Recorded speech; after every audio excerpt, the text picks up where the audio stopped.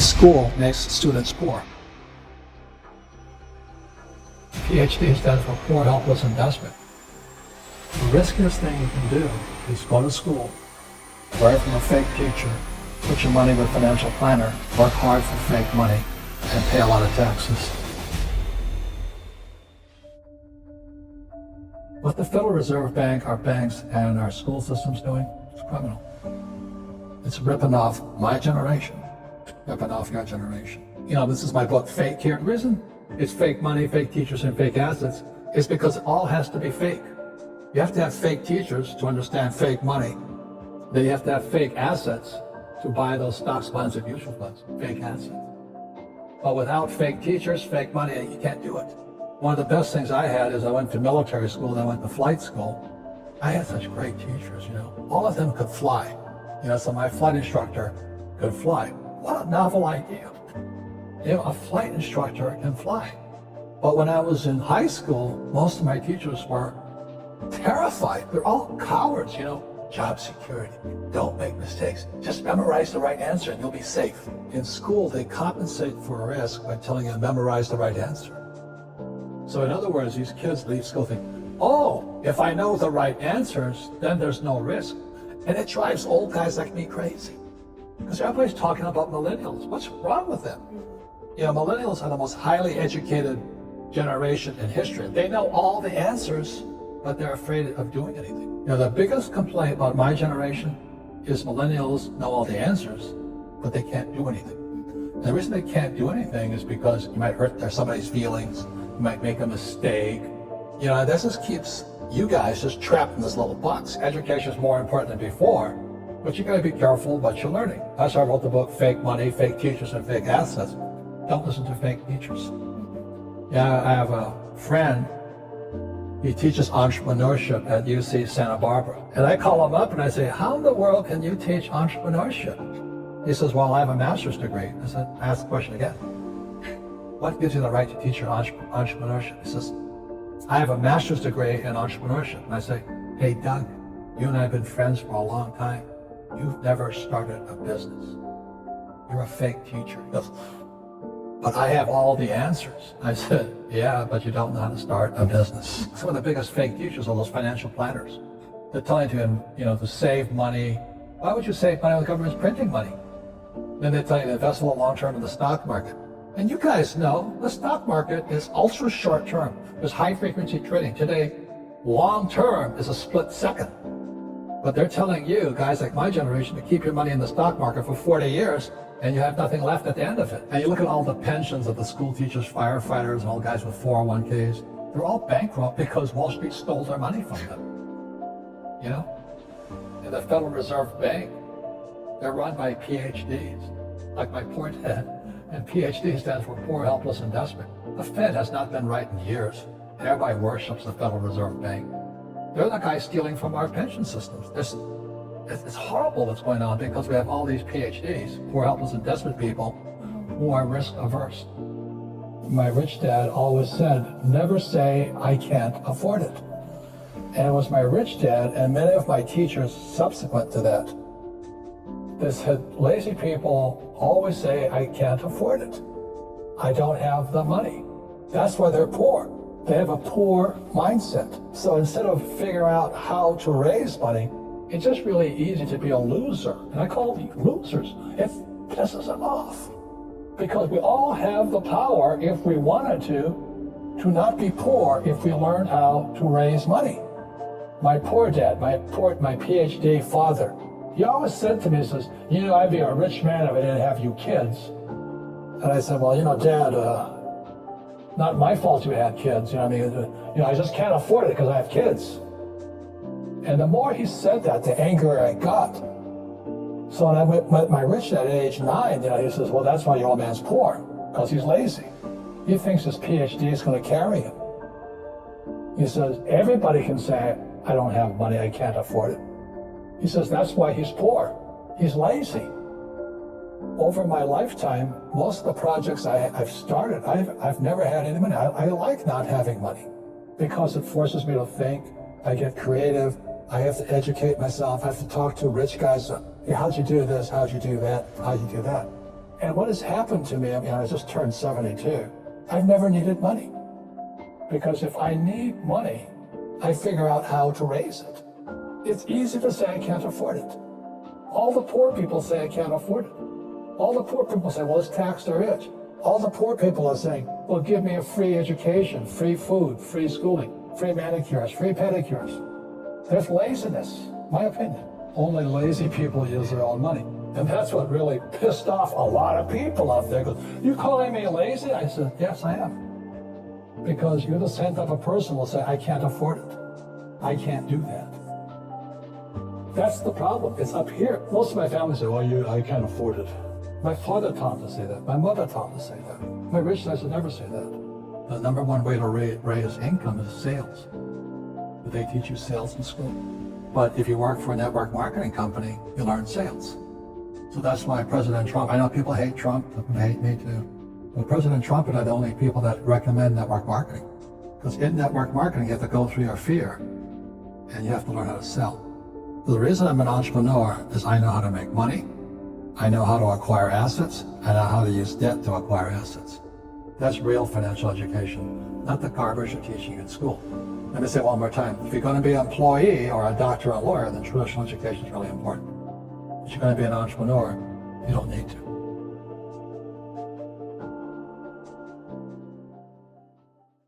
The reason is money is toxic. After 1971, people who work for money are getting poorer because the way your wealth is sucked out of you by the Fed, by the US Treasury, and by our government and our school system is the people that work for money get poorer. The people that save money get poorer. And the people that invest in stocks, bonds, mutual funds, and ETFs, they're temporarily rich. But in a flash, you can lose it all. If you're going to be educated, a person has to know there's been credit and debt. And that's why I'm messing with demographics, because the average person is not smart enough to handle that. All money today is credit. It doesn't exist. Credit is very simply the power to spend. That's all it is. So when you have a credit card, there's no money in that thing. They just give you the power to spend. And the moment you spend it, you create debt.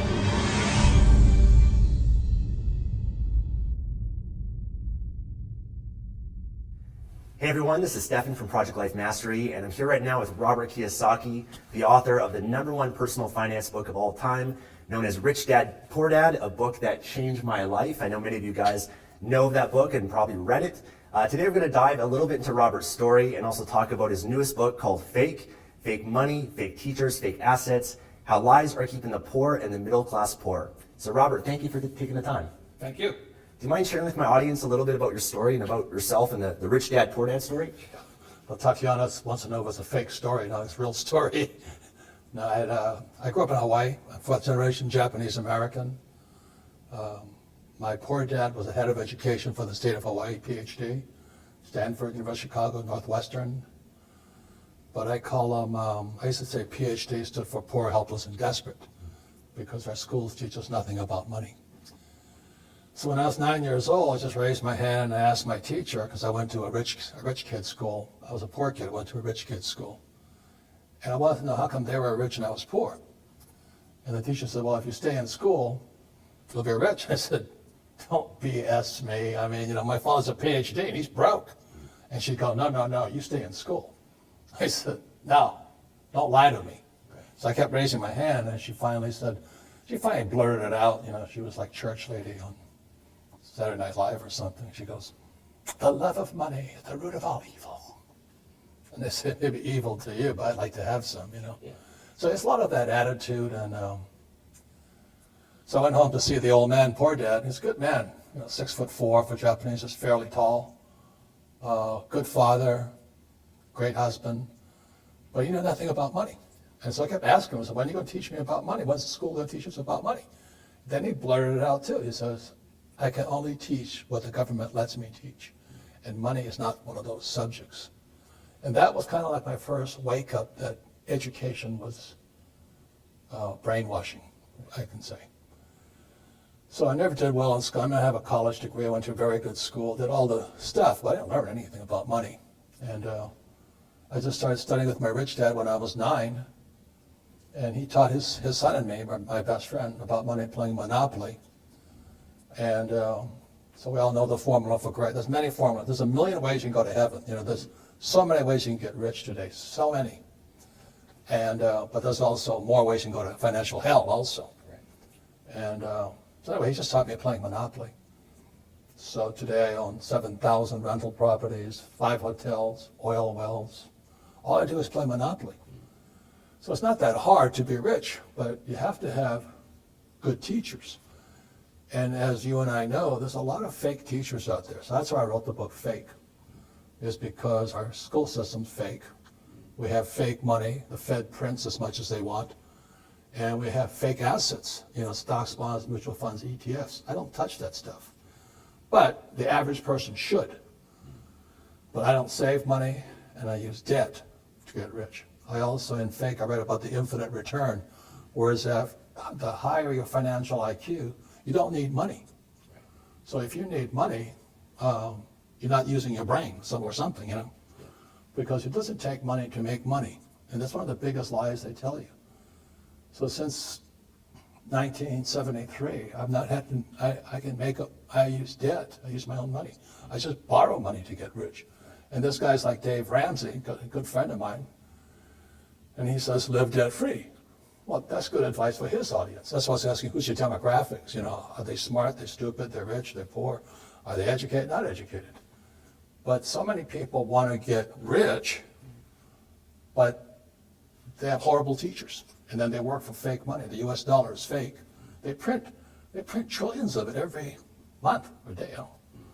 And then you buy these fake assets. I don't touch that stuff. But the average person should. So that's why demographics and a person's desire to be rich is probably more important than their education. Yeah. We talked about debt. Oftentimes people in society, they look at debt as bad. Do you mind kind of sharing what your mindset is around that? There's a good debt and bad debt? Well, if you're going to be educated, a person has to know there's been credit and debt. And that's why I'm asking the demographics, because the average person is not smart enough to handle that. All money today is credit. It doesn't exist. Credit is very simply the power to spend. That's all it is. So when you have a credit card, there's no money in that thing. They just give you the power to spend. And the moment you spend it, you create debt. And then debt is this contractual agreement that you'll pay it back. Now the trouble is, most people ain't paying it back. Look at the student loan crisis we're in, which was brought about by Obama. I'm not Republican or Democrat, but the student loans used to be with the big banks. Today, they're with the U.S. Treasury. And the U.S. Treasury started taking in student loan debt, giving them credit, and now student loan debt is bigger than the subprime crisis that brought down the market in 2008. That's financial education. Now, I know I've seen a video of yours where you talked about, I think historically every 10 years or so there's been a crash, and anticipating what's coming, but what could someone do to, educate themselves, prepare, and take advantage of a potential crash? Well, what's wrong with a crash? That's what people don't understand. Crashes are really good. Yeah. Crashes are basically like Neiman Marcus having a sale. Right. So in 2008, when the markets crashed, they also lowered the interest rates. I thought I died and went to heaven.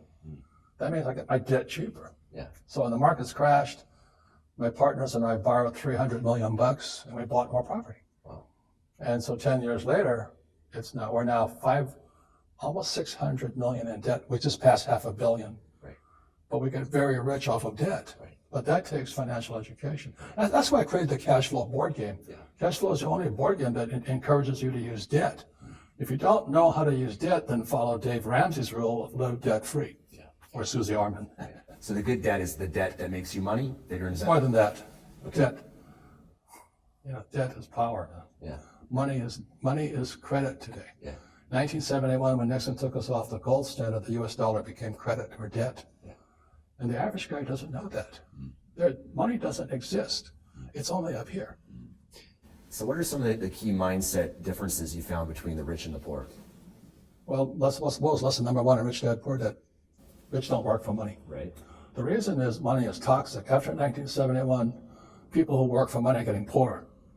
because the way your wealth is sucked out of you by the Fed, by the US Treasury, and by our government and our school system is the people that work for money get poorer. The people that save money get poorer. And the people that invest in stocks, bonds, mutual funds, and ETFs, they're temporarily rich. But in a flash, they can lose it all because they don't have an education. So that's why I can ask the demographics. I generally speak to different groups, but primarily my groups are very well-educated entrepreneurs. Yeah, and we're here at an event called SellerCon, and you're talking about selling. The most important skill you said for entrepreneurs. Do you mind talking a little bit about that? Well, sales equals income. Yeah. If you can't sell, you have no income. So I said, well, I don't have any income because you can't sell. It's that simple. So what I'm going to say to these guys is my poor dad, he was very disappointed in me because I was a pilot, and he wanted me to get my MBA and then fly for the airlines. And I said, I'm an employee.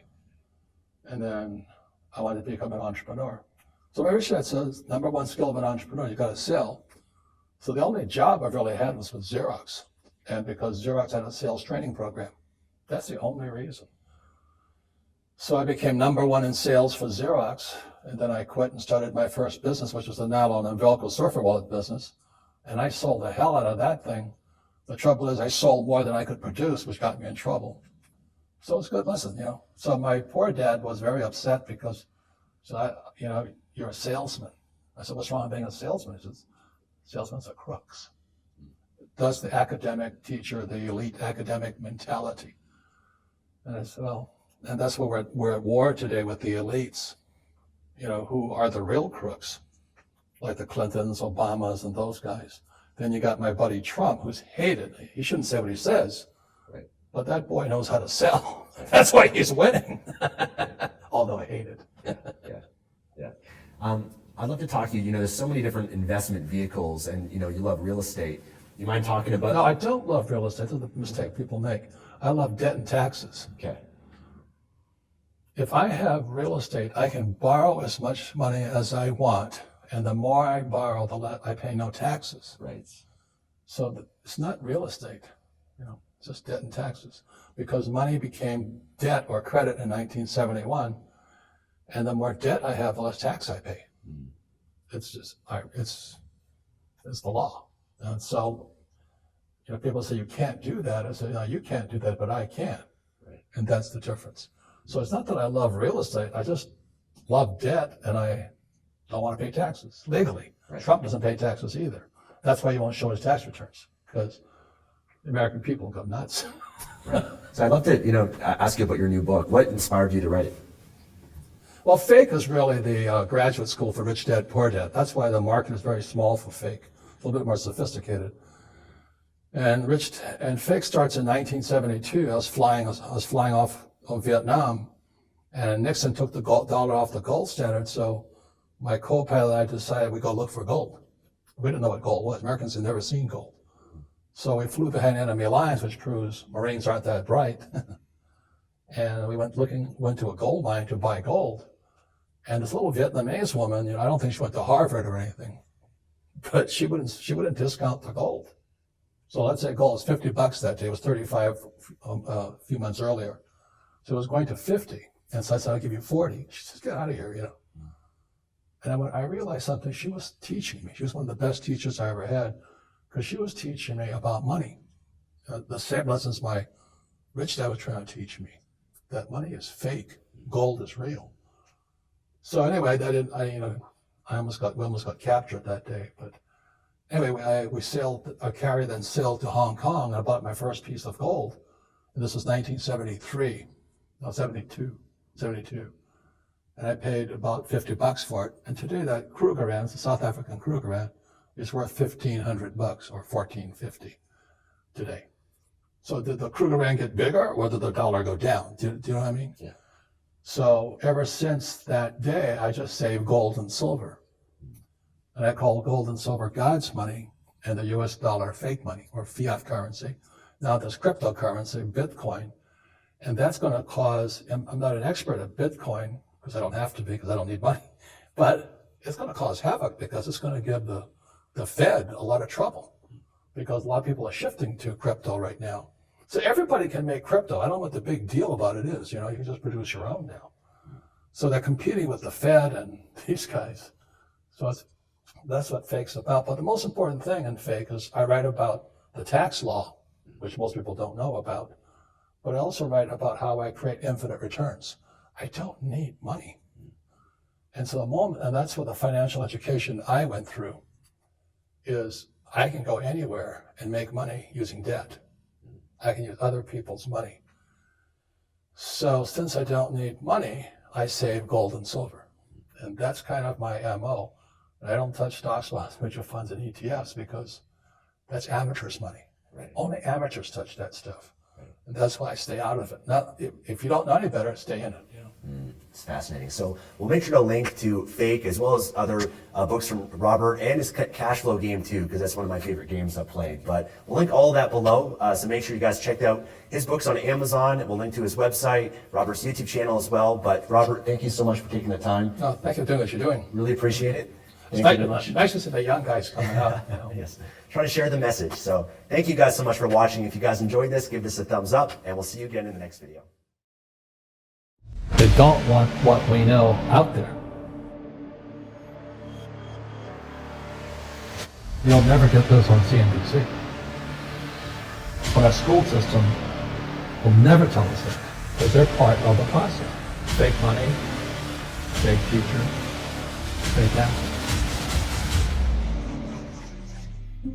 I know the game of the rich. My rich dad taught me. You know it because you're the banker.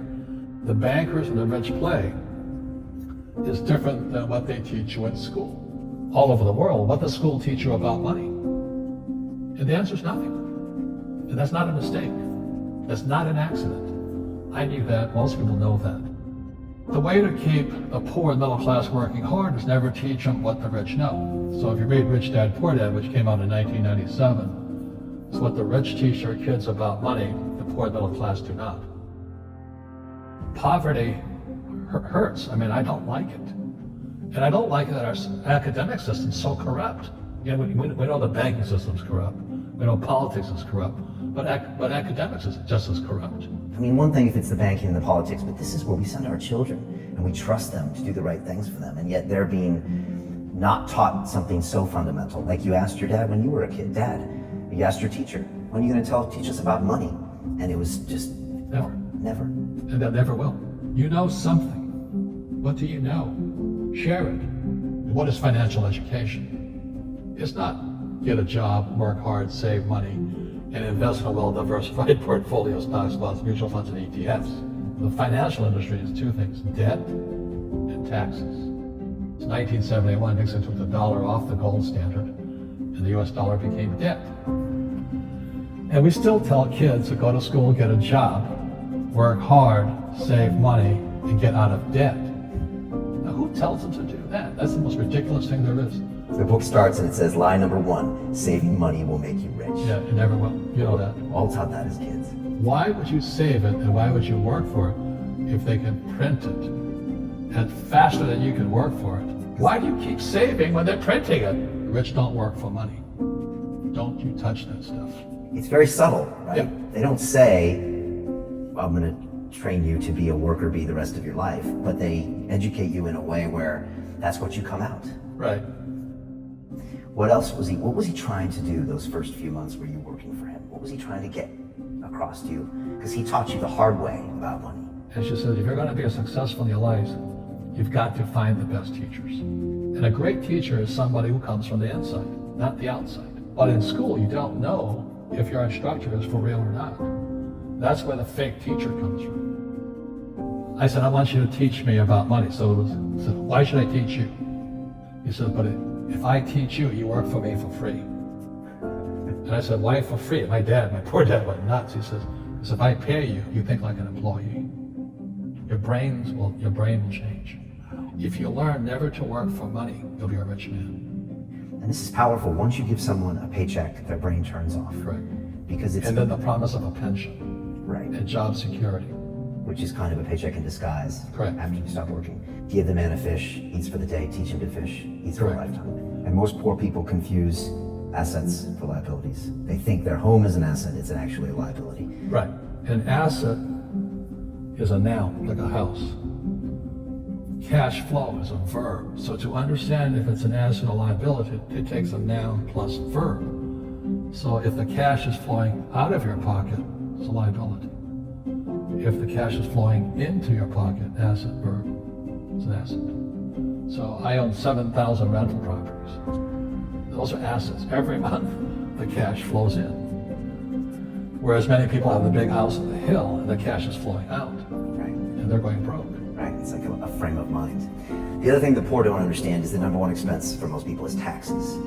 And yet we don't even see it. Isn't that weird? You walk around and you look at the paycheck and say, that doesn't seem right. And you don't realize that the government's got a huge hand in your pocket and you are doing nothing to minimize that. Again, this is what is very different about the rich and the poor.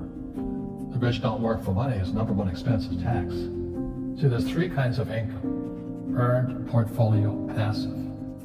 So earned income is if I get a job, that's earned income. If I'm a doctor or a programmer, that's earned income because I'm working for it. If I buy, let's say, Apple for $10 and I sell it for 20, that's portfolio income, capital gains. Yeah. But passive income, which is cash flow, is never taxed. And that's all these guys are screaming right now in America, tax the rich. I said, good luck. Because most of the guys complaining, they don't know there's three kinds of income. And the rich don't have jobs anyway. They have assets. And so the average schmo out there, a poor guy, send the kid to school, they don't learn this. You see, very few people will buy what I do, make $1 million and pay zero tax. And my rich dad taught me that playing Monopoly. That's how it started. 4 greenhouses, 1 red hotel. Or the McDonald's formula. I write about it there. McDonald's, Ray Kroc. Yeah. McDonald's is in the real estate business. So they sell hamburgers, but they buy real estate, so they pay no taxes. This guy Bezos, well, he's $16 billion. How much tax do they pay on that $16 billion? Zero. And that's all legal. Anyone can do it. Everybody can do But it. most people lack the education. So once you learn how to use debt as money, you can never say, I can't afford it. See, because the banks will give you, so the banks, after the crash of 2008, the banks gave me $300 million tax-free. When I asked the average guy, I said, why don't you use debt? They can't even get a loan. Because their scores, their FICO scores, they don't even have them here, are so bad. The school teachers will never tell you that because they don't know it. My poor dad never knew that. You don't know if something is an asset or a liability until you can see which way the cash flows. So a house is an asset or liability. Well, if it's taking money from your pocket, it's liability. If it's putting money in your pocket, it's an asset. The U.S. government wants me to provide housing, wants me to provide jobs, wants me to borrow money because that's how money is created through debt. I get huge tax breaks. Everybody can do the same thing if they had the financial education to do it. If people understood the tax code, we'd be more prosperous. But can poverty be passed through genetically? Yes. Because it's some type of way of thinking, It's an attitude. an attitude. It's very simple. When people ask me, how do I stop it? I just say, never say, I can't afford it. Ask yourself, how can I? The reason I have so much money is because I don't say I can't do it. I just go, how can I do it? And I just go and do it. So I make a lot of mistakes, but that's how I learn. How can I? The poor people, like my poor dad, always said, I can't afford it. Do you think I'm made of money? I'm a school teacher. I can't do that. And I picked that up. And my rich dad never said those words. So when I meet poor people, they use the words I can't a lot. So the people that say, I can't afford it, I can't do this, I can't get to college, the rich are evil, I choose not to participate in that. And that's one thing people could change today, Good. right now, is that dialogue in their head. Stop saying the word can't. I can't. Right.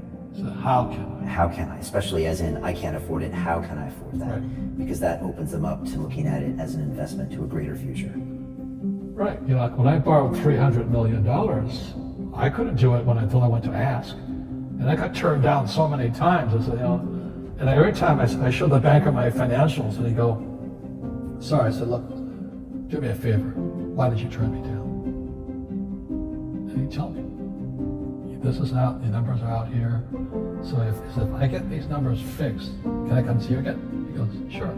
So it's called rejection. Same as my wife rejected me for 6 months. It's just a matter of personal willpower, which is spiritual. Just saying, if they can do it, I can do it. And how can I? How can I? And I think it's you once said, words become flesh. Yep. It was the Bible too. Intelligence increases through your mistakes, through the ups and downs, through what you learned. Real estate's real estate, but what I learned made me richer, not the money. You don't need money to make money. You know, I think all of us, every human being has that low point in their life.